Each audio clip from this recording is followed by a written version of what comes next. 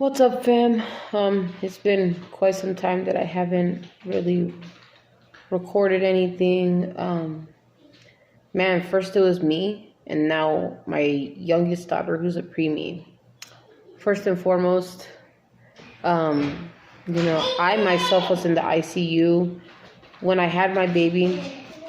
The laboring process was great, but I did end up losing my entire blood in my body.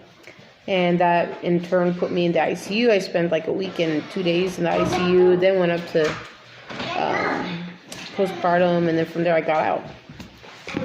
And then my youngest daughter got released from the NICU, or in the NICU they know it as the NICU graduation, which I think that's kind of interesting because how in the God's green earth is that a graduation? That's, as much as it to some people it's something to celebrate and to be gracious and grateful for, I can kind of see two sides of the coin, if you know what I mean. And so she graduated from the NICU on January 25th, and we brought her home. We were home for a few weeks, and Lord and behold, she came down with, this viruses that her older brother had, which put her in the ICU. And basically, she spent an entire week and 4 days. Holy mother of mess, she's like me now. A week and 4 days in the ICU.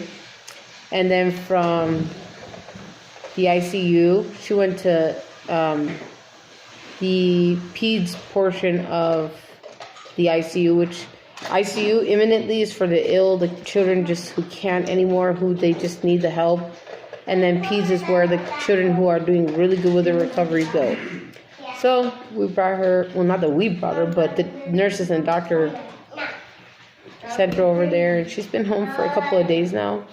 And she's doing really remarkable. But I feel like it's nothing that my husband and I said or did, but it's our Heavenly Father that really put, the Archangel Uriel and Archangel Michael to protect the rooms, both rooms, and to protect her most importantly.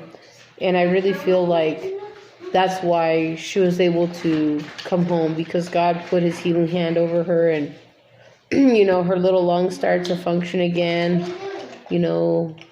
The only thing that we're watching out for at this point is that she doesn't get blood clots, but I looked up the symptoms of blood clots, and she just doesn't have any of that.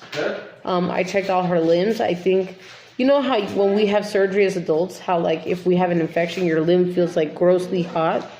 Yeah, kind of like that. That's essentially the same